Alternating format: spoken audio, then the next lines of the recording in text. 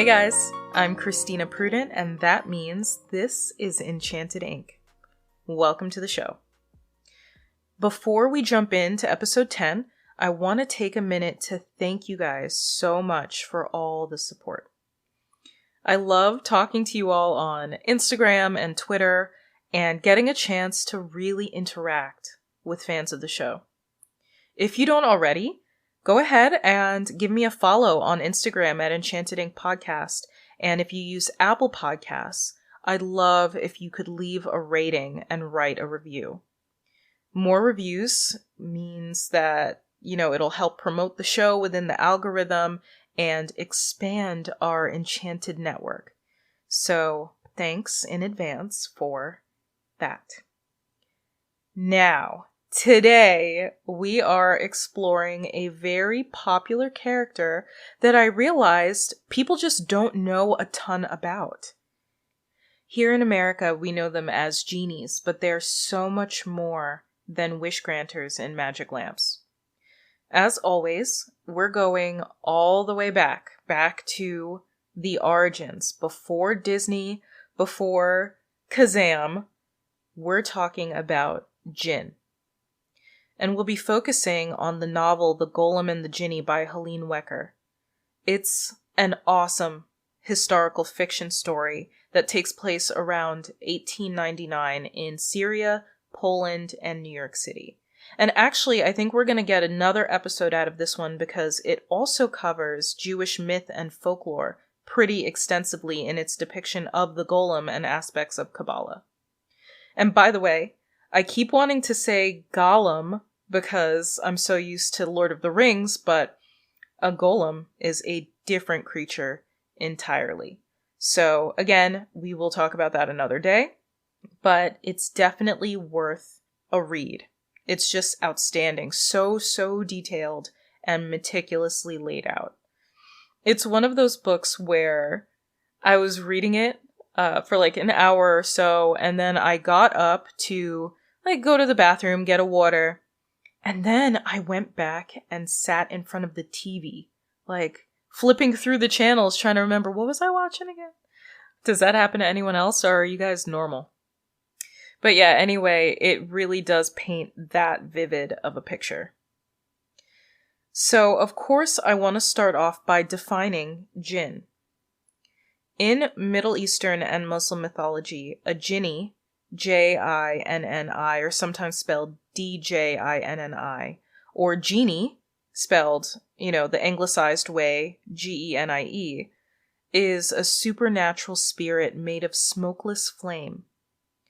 It's interesting because they're mentioned quite a lot in the Quran, which would make them not mythology, right? Millions of people around the world believe in them from a religious standpoint. But because there are so many versions and designations, over time they've evolved into more characters of folklore that transcend specific religion in a similar way to angels. But yes, jinn are mentioned in the Quran. In Muslim belief, God created the jinn from fire, just as humans are created from earth and angels from light. And actually, in some beliefs, jinn are on a level just below angels and demons, but above humans. The 78th verse of the Quran is called Surat al-Jinn, and it describes how a group of jinn, upon hearing the Prophet Muhammad speak, are moved to adopt the beliefs of, what ultimately becomes Islam. But beyond religious texts, jinn gained international fame after the popularity of the 18th century translations of 1001 Nights, more commonly known as Arabian Nights. It's also worth noting that pagan Arabs worshipped jinn long before Islam was introduced in the 7th century, believing that the spirits were masters of certain crafts and elements of nature who had the power to manipulate the world around them, turn plots of land fertile, and things like that. Now, in terms of characteristics, a jinni, which is singular, plural being jinn, is usually invisible to humans, but they can be seen when they want to be. They like to live in large abandoned places like ruins or caves, but I also saw that they were said to live in the air or in their own realm, like the Fae that we talked about in the last episode. They're free from all physical constraints, meaning that they can form a physical body if they want to, either animal or human, or not. And they live for hundreds of years, but when in physical form, they possess the bodily needs of a human being, like having to eat and sleep. And they can even be killed. Technically, they can be good or bad, but by most accounts, jinn delight in punishing humans for any harm done to them, whether intentional or unintentional. And they're said to be responsible for diseases and all kinds of accidents. They even have the power to possess people. So very powerful, very dangerous. Which is why one of their most important characteristics, the one that everyone knows about, is that they can be trapped.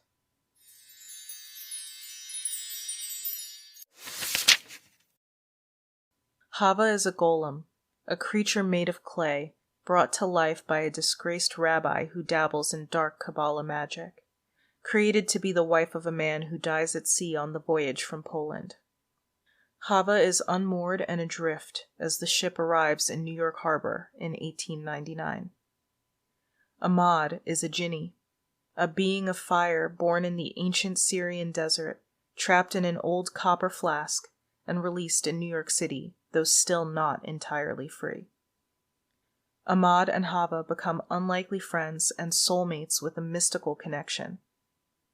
Marvelous and compulsively readable, Helene Wecker's debut novel, The Golem and the Jinni, weaves strands of Yiddish and Middle Eastern literature, historical fiction, and magical fable into a wonderfully inventive and unforgettable tale.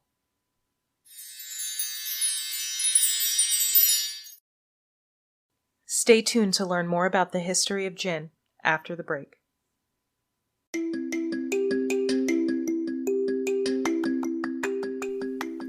Anchor is the easiest way to make a podcast. It's a completely free app with creation tools that allow you to record and edit your podcast right from your phone or computer.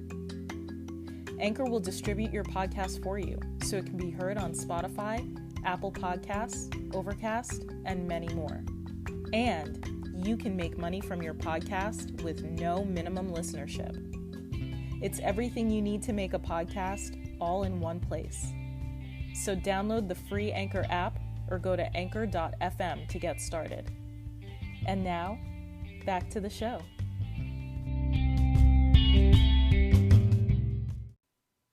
Alright, so before the break, we had just started to get into the characteristics of jinn. Made of fire, powerful magic, stuff you may or may not have already known. But one thing that isn't as well known, that a lot of people don't realize, is that there are different types of jinn. First, we have the Marid. The Marid is unruly and rebellious, and the most powerful of the jinn. They possess the greatest knowledge of magic and are said to have assisted the kings and priests of antiquity. So he doesn't say the word Marid, but we find out pretty immediately that that's what Ahmad is in the book. He describes himself as one of the most powerful and intelligent jinn who can summon wind and ride it across the desert. So, Marid are also known... Marid. What have I been saying this whole time? Oh no! No, it's definitely Marid. Spelled M-A-R-I-D. Marid are also known as blue jinn, and they're the ones that are most often associated with wish-granting genies. So, obviously, Jinni from Aladdin has entered the chat. The army and elephants and constant shapeshifting and all of the extravagance that he created for Aladdin, Prince Ali of Babwa, was big, big magic. And he's always been kind of the standard for pop culture genies, but it turns out Marid are actually the top-notch best of the best in terms of what we picture as genies. Otherwise, it gets surprisingly dark from here on out. Next, we have ghoul. The ghoul are shape-shifting nocturnal creatures who inhabit graveyards and tombs. They're said to feast on human flesh, both alive and not, like corpses. Apparently, the most feared is the female ghoul because she has the ability to appear as a normal mortal woman. According to the lore, she marries an unsuspecting man and then later eats him. So that's actually very, very similar to the urban legends of the Lady in White or La Llorona. Not that they eat people, but that they can appear as mortal human women and they lure in men with their beauty and ultimately end up killing them for reasons. So, fun fact. Interestingly, ghoul is a word, and honestly a myth, that we also use in English, and it's pretty much the same thing. And I just found it interesting because that doesn't often happen. We have the myth, the cryptid, but I had no idea that it originally stemmed from jinn. For whatever reason, I always associated ghouls with England. I don't know. Next, we have the Ifrit. An Ifrit is a large winged creature noted for its strength and cunning. And they generally just have a reputation of being tricksters, just mischievous and wild. Now, I've come across a few illustrations doing this research, and actually I'll make sure I post one on the website so you can check it out when this episode comes out. But I've always pictured them in my head as the flying monkeys from Wizard of Oz. So that should give you some idea, I think. But one bit of lore about them that I found notable is that Afrits live in a society structured along ancient Arab tribal lines, complete with kings and tribes and clans. That's what I found in the lore. Now, in the book, The Golem and the Jinni, Ahmad mentions that all jinn seem to live in this sort of structured society, but I don't know, when I came across it, it seemed to apply only to the Ifrit. But while ordinary weapons and forces have no power over them, they are susceptible to magic. There don't seem to be many well-known stories around them beyond the citation in the Quran that it was an Ifrit who stole the throne of the Queen of Sheba at the command of King Solomon. Everything else that I've seen about them is kind of anecdotal. I mentioned earlier that jinn have the ability to possess people and drive them crazy, and usually when you see accounts of that, it's believed to be an Ifrit. The last type of jinni we're going to cover today is the Jann. Jann are shapeshifters who live in the desert and can take the form of shiracos, or whirlwinds, right? Little vocab word of the day, and white camels. Supposedly, they're open-minded about humans and were among the first jinn encountered by people. So as we said, jinn can be either good or bad, but it seems like the Jann aren't automatically predisposed to causing trouble. That being said, they have the power to hide or reveal oases in the desert depending on whether they like or dislike the party of travelers. And then they're also the enemies of the ghoul. Throughout history, the Jann have protected armies they deem as righteous while impeding those they deem unworthy, which just makes me think that plenty of armies must have been protected by the Jann from getting eaten by the ghoul. The entire course of history could be affected when they help aside, so as a result, many events vital to Islamic history have been attributed to the Jann. So again, for me, that just draws a very strong parallel to the idea of angels, right? We have these supernatural beings who are incredibly powerful, but largely just mind their own business unless they see something in you that they like, in which case they will protect you on your way.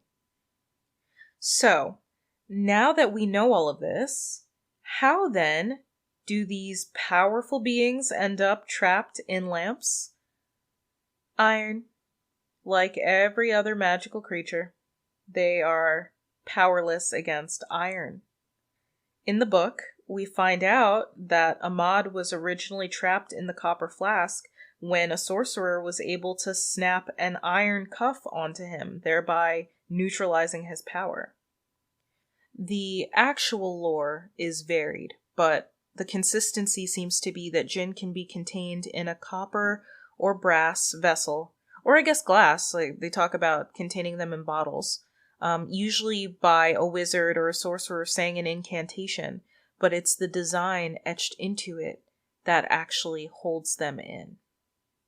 According to legend, and recall that this seems to apply primarily to the Marid, if you find a lamp and rub it 3 times, the genie will appear and be compelled to obey and grant 3 wishes for whoever has released them. Traditionally, King Solomon is said to have trapped misbehaving jinn in bottles and tossed them into the sea, which tracks nicely with my ongoing theory that we have no idea what is or isn't deep in our oceans, and mermaids are probably the least of our worries. I also mentioned that they can be killed, and that seems to be a mostly accepted fact, but I haven't seen anybody say how. Now, there are some who believe that because they are spirits, created by God, that they can't be killed, only exorcised.